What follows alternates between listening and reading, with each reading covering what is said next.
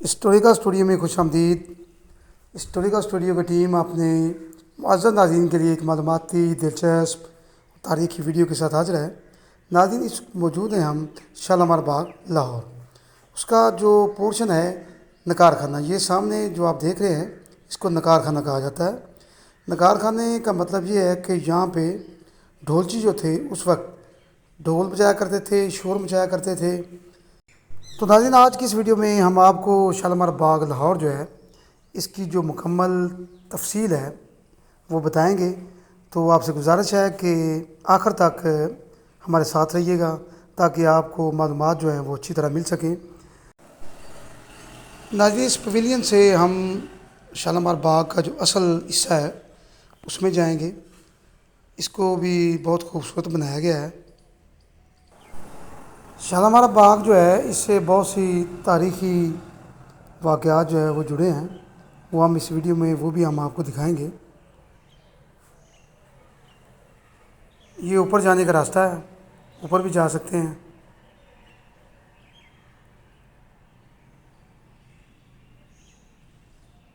لیکن اسے بند کیا ہوا ہے۔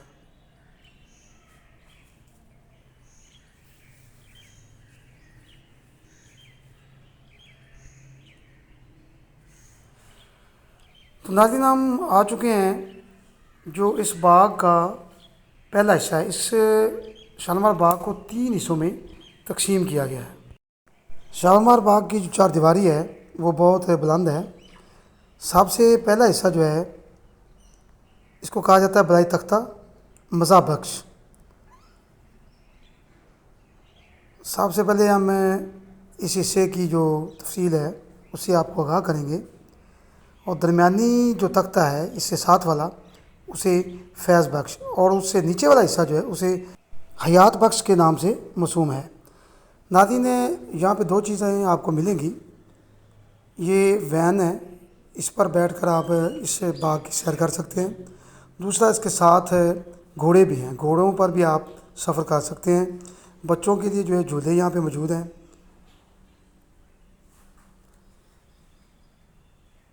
باغ کا رقبہ شمالاً جنوباً 658 میٹر طول، شرقاً غرباً 258 میٹر عرض پر محیط ہے۔ اس کے بلائی تختہ میں 105 فوارے جو ہیں وہ نصب ہیں، جبکہ درمیانی تختہ میں 152 اور زیریں تختہ میں 153 فوارے نصب ہیں۔ اسی طرح ان فواروں کی کل تعداد 410 بنتی ہے۔ ناظرین، شالامار باغ میں موسم سرما اور گرما کے پھلدار درخت جن میں آم، چیری، خوبانی، الوچہ، جامن، سیب، بادام، کھٹے میٹھے، نارنگیاں اور دیگر پھولدار اور خوشبودار پودے بکثرت لگائے گئے تھے۔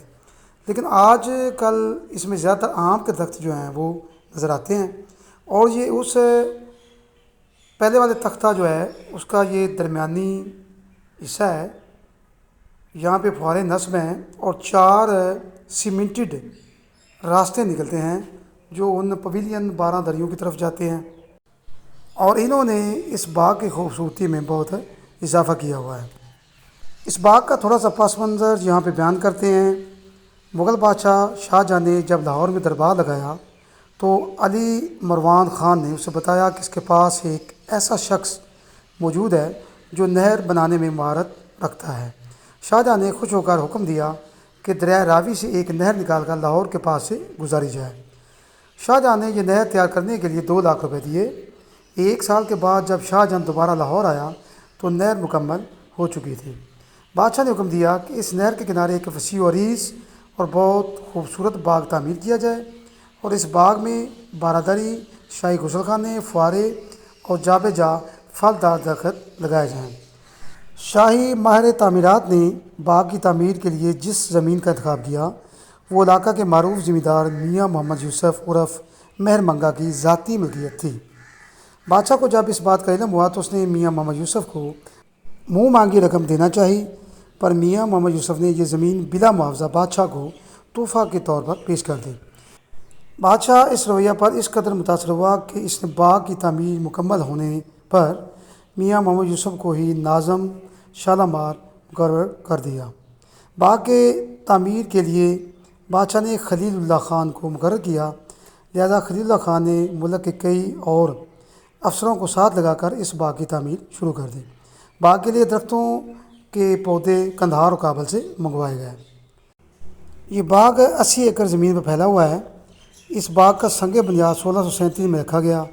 اس پر 6 لاکھ روپے کی لگ بھگ لاگت آئی اور 1.5 سال کے عرصہ میں یہ مکمل ہوا۔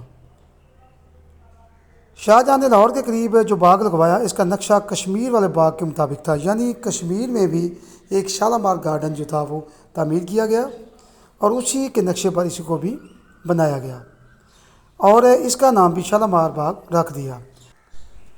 شالامار باغ پہلے بھی میں آپ کو بتا چکا ہوں کہ 3 حصوں پر مشتمل ہے۔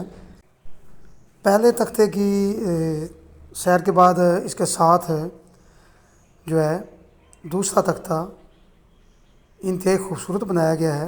اس میں 12 دریاں، فوارے، پھول پودے اور بہت ہی خوبصورت اسے بنایا گیا ہے اور اس کا نام ہے فرح بخش۔ اور ناظرین یہ تختے ایک دوسرے سے 12 فٹ یا 13 کی بلندی پر واقع ہیں اور پہلے تختے سے نیچے آنے کے لیے سیڑھیاں بنائی گئی ہیں۔ باغ میں ایک دلکش تالاب بھی ہے جو آپ دیکھ رہے ہیں۔ فواروں کا پانی سنگ مرمر کے حوضوں میں گرتا ہے۔ یہ فوارے گرمیوں کے موسم میں جگہ ٹھنڈی رکھنے کے لیے لگوائے گئے تھے۔ یہاں پر سنگ مرمر کی 5 خوبصورت 12 دریاں بنائی گئی ہیں۔ بادشاہ ان 12 دریوں میں بیٹھ کر برسات کا نظارہ کیا کرتا تھا۔ باغ کے ایک حصے میں جسے حیات بخش کہتے ہیں سنگ مرمر کا ایک بہت ہی خوش نما تخت بنایا گیا ہے جو اس کے ساتھ والا ہے، نیچے والا۔ شاہجہاں اس تخت پر بیٹھ کر اپنا دربار لگایا کرتا تھا۔ کچھ فاصلے پر سنگ مرمر کی ایک آبشار بنی ہوئی ہے۔ کہا جاتا ہے کہ اورنگزیب عالمگیر کی بیٹی زیب النساء جو کہ شاعرہ تھی، اس لیے اکثر اس جگہ بیٹھ کر شعر کہا کرتی تھی۔ شالامار باغ میں شاہجہاں نے اپنے لیے حمام بھی بنوایا تھا۔ حمام کے 3 حصے تھے، ایک حصے میں 2 فوارے اور دوسرے حصے میں حوض ہے۔ اس حوض میں گرم اور ٹھنڈا دونوں طرح کا پانی لایا جاتا تھا۔ ان سیڑھیوں سے ہم اتر کر جو نیچے والا تختہ ہے فیض بخش وہاں پہ جا رہے ہیں۔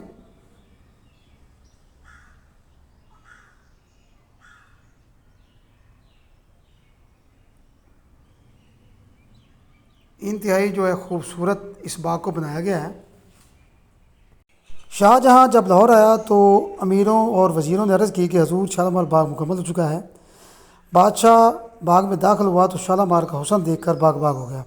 اس وقت شاہجہاں کے وزیروں نے اور دوسرے جو وہاں پہ لوگ موجود تھے انہوں نے مبارکباد دی اور سب نے مل کر شاہی حکومت کی بہتری اور برتری کے لیے دعائیں مانگی۔ اس موقع پر ملک کے بڑے بڑے عالم فاضل بزرگ موجود تھے۔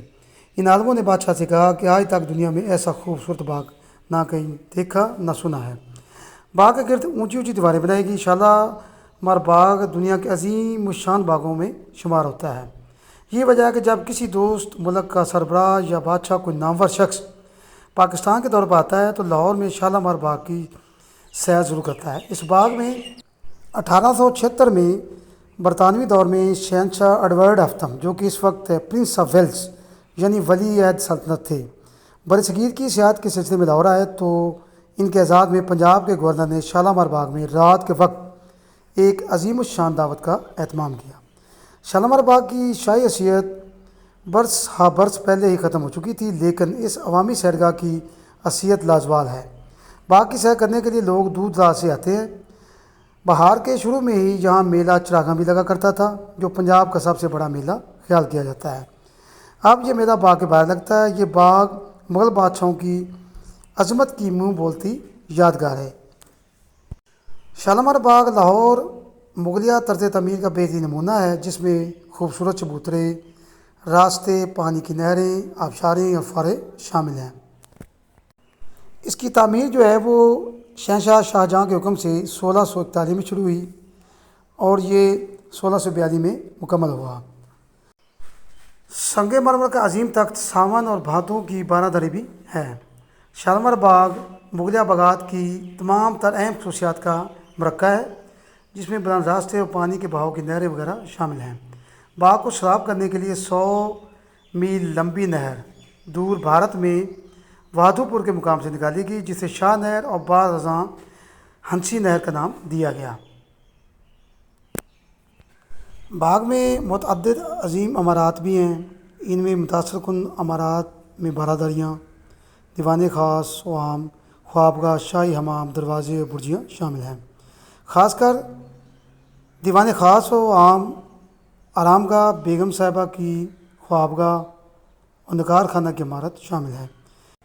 ناظرین، شالیمار کی جو چار دیواری ہے اور یہ مربع شکل میں ہے، اور اس کے چاروں جو کونے ہیں ان پر جو ہے برجیاں بنائی گئی ہیں، اور یہ جو برجیاں ہیں اس کے تاریخی حسن کو دوبالا کرتی ہیں۔ یہ شاہی باغ حکومتی اہلکاروں کی ماجگاہ رہا ہے۔ موجودہ دور میں باغ کے تحفظ و بحالی کا کام محکمہ آثار قدیمہ حکومت پنجاب سر انجام دے رہا ہے۔ اس باغ کو اصل حالت میں محفوظ رکھنے کے لیے محکمہ نے قابل قدر کام کیا ہے۔ ناظرین، شالیمار باغ جو ہے تاریخی اہمیت کا حامل ہونے کے علاوہ یہ ایک مکمل تفریح پوائنٹ بن چکا ہے۔ لوگ ہزاروں کی تعداد میں روزانہ یہاں پہ آتے ہیں، اور واقعی یہ ایک خوبصورت جگہ ہے گھومنے پھرنے کی، سیر کرنے کی، اور وہاں پہ جو خوبصورتی ہے وہ دل کو بھاتی ہے۔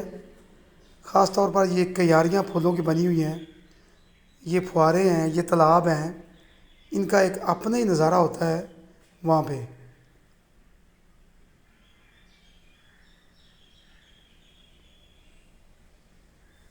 شالیمار باغ کا تیسرا حصہ جو حیات بخش کے نام سے موسوم ہے، اس کا ویو ہم آپ کو دکھا رہے ہیں۔ وہاں پہ بھی جو درخت ہیں کثیر تعداد میں لگائے گئے ہیں، اور انہوں نے اس کی خوبصورتی میں اضافہ کیا ہوا ہے۔ ناظرین، اس معلوماتی دلچسپ و تاریخی ویڈیو کے ساتھ ہماری ٹیم کو اجازت دیجیے۔ اللہ تعالیٰ آپ کا حامی ناصر۔